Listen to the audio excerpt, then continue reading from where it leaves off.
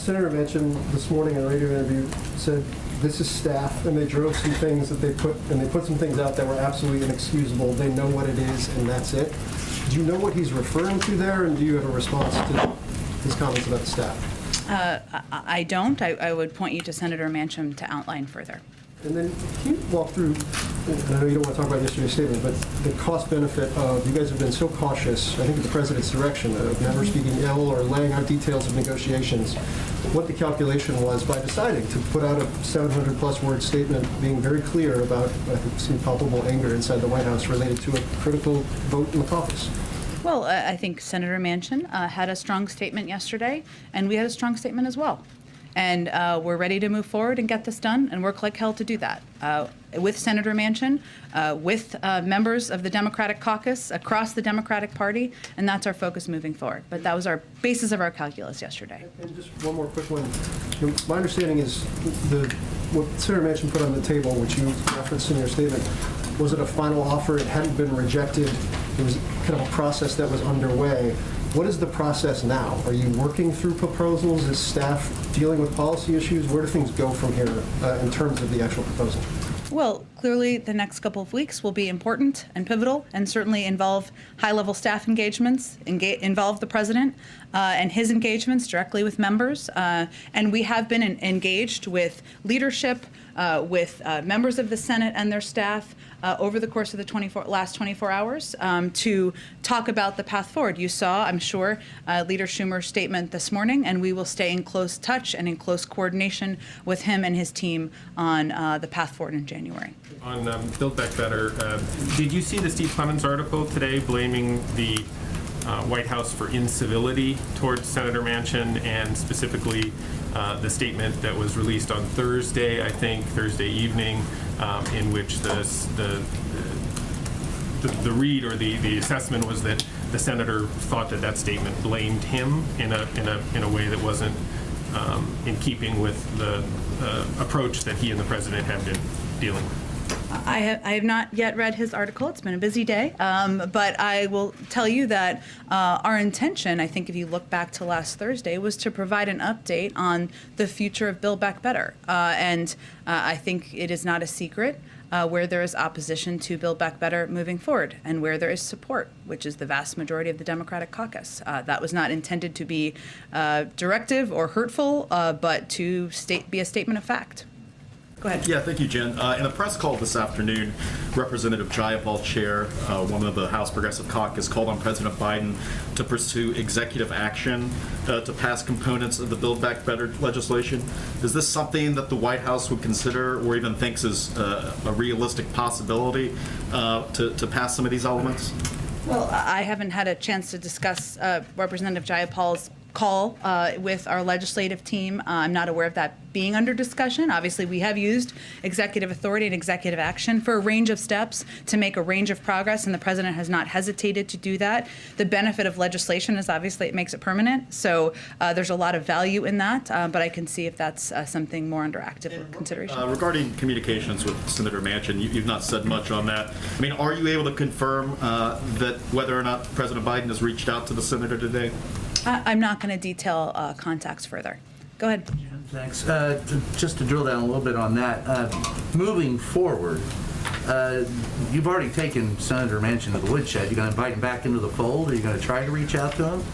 Of course, and we conveyed yesterday that. And secondly... And I would also note the last sentence of my 2 sentences of the statement was, but we will not relent in the fight to help Americans with their child care, health care, prescription drug costs, and elder care. The fight for Build Back Better is too important to give up. We will find a way to move forward next year. It also made clear that we absolutely want to work with Senator Manchin and all Democrats to get this done. Are you going to work with try to bring GOP members into the fold? We would certainly welcome their efforts, or whether their support for lowering costs for the American people and driving up economic growth. Did the White House share the Thursday statement with Senator Manchin before it was put out, and what was his reaction to that? I'm not going to detail private discussions or private sharing of statements in advance. And then on his call out to Democrats for badgering him, saying that they believe that he could be moved in his position somehow. Is there any regret within the White House or within discussions with Democratic leadership just about how this negotiation went, given that statement from him that he feels that he's been badgered and beaten? Well, that certainly is not our objective, never has been our objective, but our objective is getting this legislation passed and reminding the American people and all people who could vote for it what the stakes are. So no, we don't have regrets about aggressively communicating about it and making sure people understand that if we don't pass this legislation, costs for the American people will go up and economic growth projections will not go in the right direction. Shows, though, that Democrats just don't have a large enough majority to pull off this kind of transformational legislation without these kinds of significant bumps in the road. But the president, ran as a moderate. Joe Biden is asking for any major policy changes, or excuse me, Manchin's asking for major policy changes to be bipartisan. So why are Biden and Manchin seemingly so far apart on this, where Manchin's wanting to bring Republicans in and the president has, tried to work this out just within the Democrats? The president would welcome Republicans joining this effort to lower the cost of childcare, to make sure that families aren't paying thousands of dollars for insulin, to make sure people can afford care for their parents and loved ones.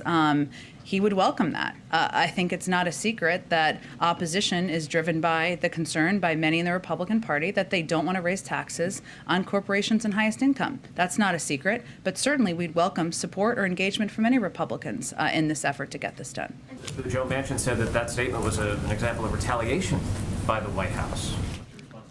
The statement was a statement of facts, of the events of what happened over the last few weeks, and it was simply an effort to make that clear to the American people. The president, of course, spoke with Senator Manchin many times. Senator Yep. Manchin seems to be essentially blaming the White House, right? He's referring to comments made by or staff or actions taken by the president's staff. He hasn't necessarily specified what those are. There are indications that it's perhaps a statement from Thursday. Do you think that there was a misstep on the part of the administration here? Because it feels like if you can't sort out what ticked him off, it's sort of difficult to imagine a path forward on whatever efforts to salvage this will be undertaken in the next weeks and months.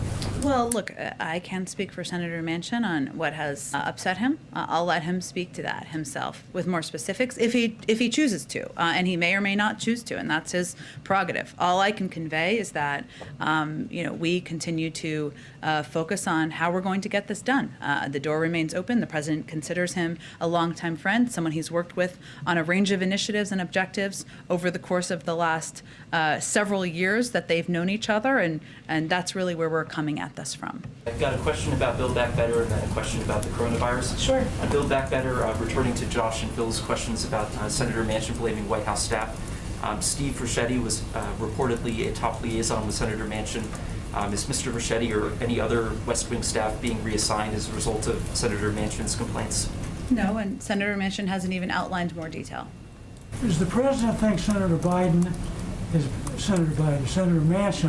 has He been always good- thinks of himself as a Does the senator. president So there you think Senator go. Manchin- You're not wrong. Does the president think Senator Manchin has been negotiating in good faith?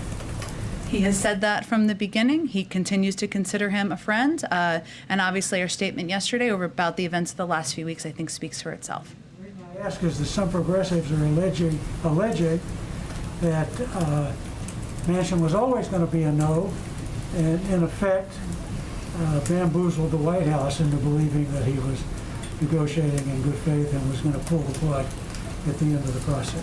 Well, look, I know there's a lot of theorizing out there. We certainly understand that. But the fact remains that we only have 50 votes in the Senate. That has not changed. You need all of those members to support legislation moving forward. And I know one of the arguments out there is that we should have waited on the bipartisan infrastructure bill. Look, the president has said from the beginning and continues to believe today and is committed to today to getting both done. Obviously, the infrastructure bill is now law, to getting Build Back Better done. But if the question is whether we should have delayed and not moved forward with replacing lead pipes for millions of communities, of people in communities across the country, we disagree with that. Or if the argument is that we should have waited and delayed replacing broadband, we disagree with that. And if you believe that we should have delayed in putting many union workers to work, creating many good paying union jobs, we disagree with that. We're going to get both done, and we certainly understand there's a lot of theorizing about what happened or what's going to happen moving forward. Go ahead in the middle. Thank you. Thanks, Jen. I want to ask you, I'm sorry. We can do both. Go ahead. Oh, thank you so much. I want to ask you about that statement that you put out yesterday. Sure. Very harsh statement. It's very rare that I see a president, through a statement, criticizing a member of his own party in the manner in which that statement was written.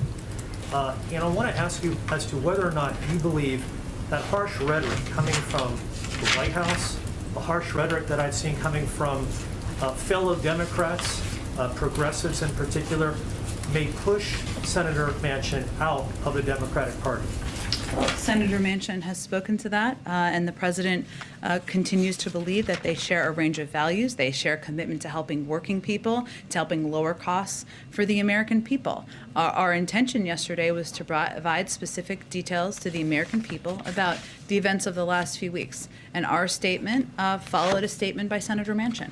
The other thing I wanted to ask you about are the comments of Senator Manchin over the course of the past several months. The comments that I've paid a lot of attention to, you have as well, the op-eds that he's written for both the Washington Post and his hometown newspapers, the interviews that he's done with a West Virginia radio host named Poppy Kercheval, all of them, from my perspective, seem to indicate that he was not going to support the Build Back Better bill. And yet your statement indicated utter surprise in terms of the statement that he made on Fox News yesterday. Why were you so surprised? Well, I think, as my statement very clearly outlined, because there were private conversations and private discussions and commitments made. And so that's why we were surprised.